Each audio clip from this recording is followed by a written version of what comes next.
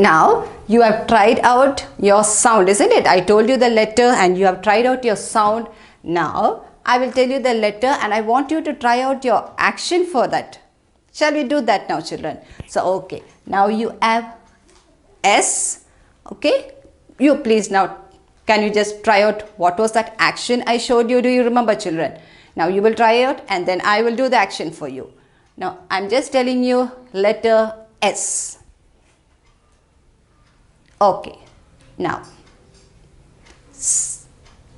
yes, did you do the same thing? Did you get that action right? Good. Once again. Yes, you also done it right. That's good. Next one, A. Now, you try out your action for letter A. You please try out your action for letter A. Now, I will do it now. Please check out whether you got it right. A. A. A. Yeah, did you do the same thing? You got it right? Good. So you finished with A. Next, letter T.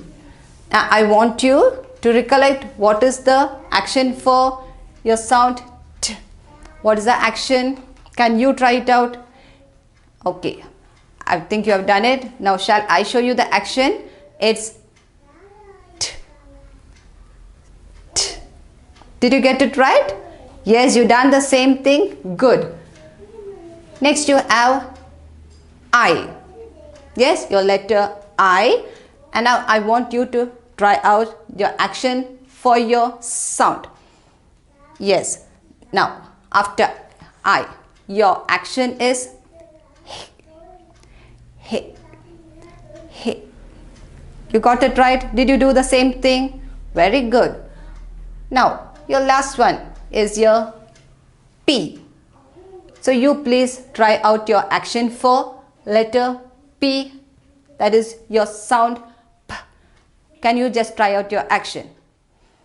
Alright, now I will show you the action P.